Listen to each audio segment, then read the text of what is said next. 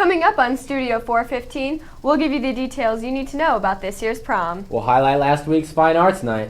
And we'll recap boys' baseball game versus Homestead. I hope you're ready. It's time to enter Studio 415.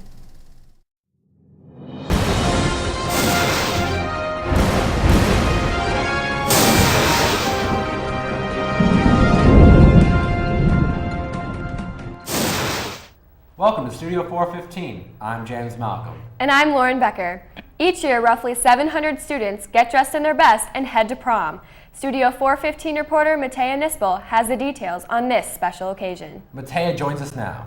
How's this year's prom coming along, Matea? Prom is coming up very soon, and students are getting excited for this special night. Each year, students from Carroll spend months getting ready for one single night, prom. This night is remembered by many as a symbolic ending to their high school experience. In years past, Carroll selected themes like A Night in Paris to base prom decorations on. This year, however, the theme has changed to Afterglow. The seniors just chose Afterglow. I think they like the color choices of the aqua, black, and silver this year. The decorations for prom were voted on by seniors, who were given 3 options to choose from. Afterglow must have seemed special because it has been chosen for the 2013 theme. Prom this year will take place on the eve of May 18th from 8:30 to 11:30 p.m. It will be held in the Grand Wayne Center in downtown Fort Wayne. Students are allowed to park in the Civic Center garage on Calhoun Street, right across from the Hilton Inn. All tickets and some form of photo ID need to be presented upon arrival, or admittance into prom will not be permitted. The Grand Wayne Center is just a classy establishment. It's a really neat building, and it'll make for a really classy prom. There's a lot of space, and it's just a really interesting environment. Every year, the prom committee organizes a post-prom event for students wanting to continue the fun. This year, they chose to plan a trip to Cedar Point. This trip will commence the morning after prom, Sunday, May 19th. In years past, the Carroll High School prom has been a night for making memories for all of its attendants. Every prom thus far has been a success, and this 2013 prom will be one and the same. A special thank you to all CHS members of the prom committee who have made possible this night of elegance and camaraderie. Thanks, Matea. Unknown to many, the French Club is open to all students, not just students in French class. Studio 415 reporter Bailey Felger is on the inside of this French Revolution and is here with the details. Bailey? Bonjour, Carroll. Est-ce que tu aimes parler français? Est-ce que tu veux parler avec des autres personnes qui aiment parler français aussi? Puis rendez-vous sur mercredi à la Club du Français pour un bon temps. One Wednesday every month, kids with a love of French and a passion for French culture and food meet up at Madame Kiplinger's room.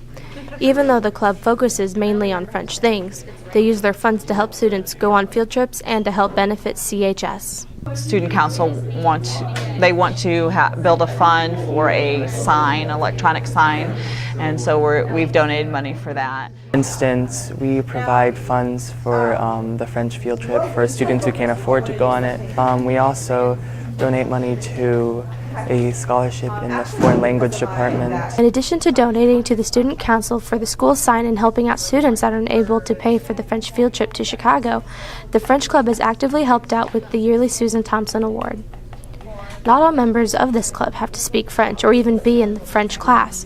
It is diversely attended by many who have an interest in the French language or culture. What I really like about French Club is the fact that there is just a great variety of different people, because you don't have to be in a French class to actually come to the club.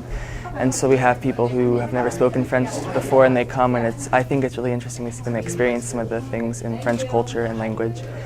We have students from that are French speaking from other parts of the world that come to our club, that are also in our classrooms, that take French as a class, and we get to know them as well. This club is a great opportunity to congregate with other people who like to speak French, or even people that want to try French food or learn more about French culture. Anybody can join whether or not they speak French. This has been Studio 415 reporter Bailey Felger. Thanks, Bailey. Carroll High School held an annual Fine Arts Showcase on May 8th. Students here had the chance to show off their artistic abilities to hundreds of people. The event was held in the auxiliary and alumni gym. Some seniors also had the opportunity to present some of the art that they had created over their 4 years here at Carroll High. It also helps to take the entire community and focus it around the fine arts of Carroll High School, which we have a really strong department both in the performing and in the visual arts. All art departments at Carroll are represented, including the performing and visual arts. In other news, This year, Carroll High School is experiencing a three-way tie for the Valedictorian title. In past years, Carroll has had only one or two valedictorians, but this is the first time that there are three. This is due to a recent change in how the valedictorian is determined. When the GPA calculation is so tight that it's, for want of a better word, kind of an infinitesimal difference, we really felt that it was only fair to say that if it's not more than 1/10 of a point different, we would look at that as being a tie. There were 3 students that were in 1/10 of a point difference, including Luke Garrison, Emily Johnson, and Evan Markley.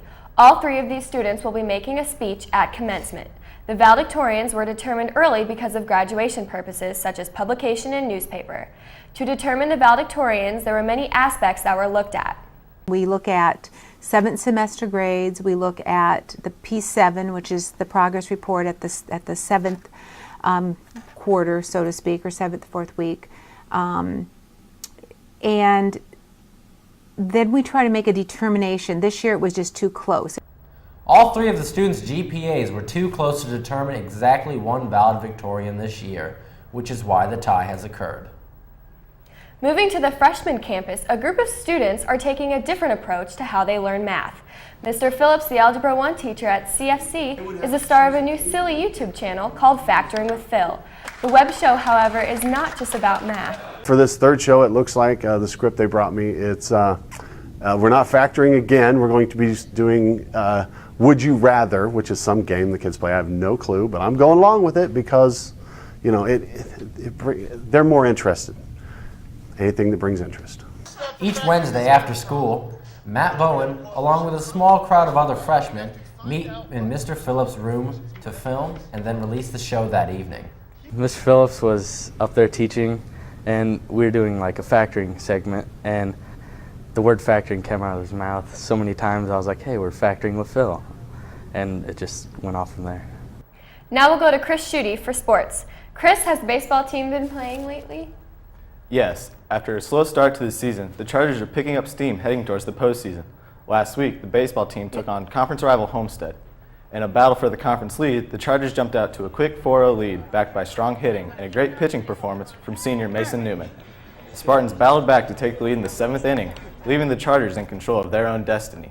By using small ball tactics and fundamentals, the Chargers tied it up at 5 to send it to extra innings. Trailing by 2 runs in the 8th inning, the Chargers fought back again to stay alive, scoring 2 runs to extend the game. In the 11th inning, the Lights couldn't hang in there any longer, causing the game to be suspended due to light failure. It wasn't too much. Like, we got the momentum that night. We only had 1 out left in the top of the 11th, and we were coming up with the middle of our order. The only major effect was we had to switch a pitcher, and we had to bring in someone new to start the day. The Chargers carried their momentum into the next day, winning 8-7 in the 11th inning. The Chargers have already won the conference title, but have their eyes set on bigger things. We got the pitching and we got the fielding, and our batting's definitely coming around this year. So I wouldn't sell ourselves short on anything. I mean, definitely think we can win state this year. The Chargers' next game is at Concordia this Friday. In other Charger news, the Carroll girls tennis team competed this weekend, losing a hard-fought match to North Central by a score of 3-2. Even with this tough loss, the Lady Chargers are well on their way to a conference title and are looking to further better their record. The Lady Chargers varsity softball team has also been competing extraordinarily well and is playing their last home game Thursday against Concordia. The game is the last of the regular season, so come show your Charger pride.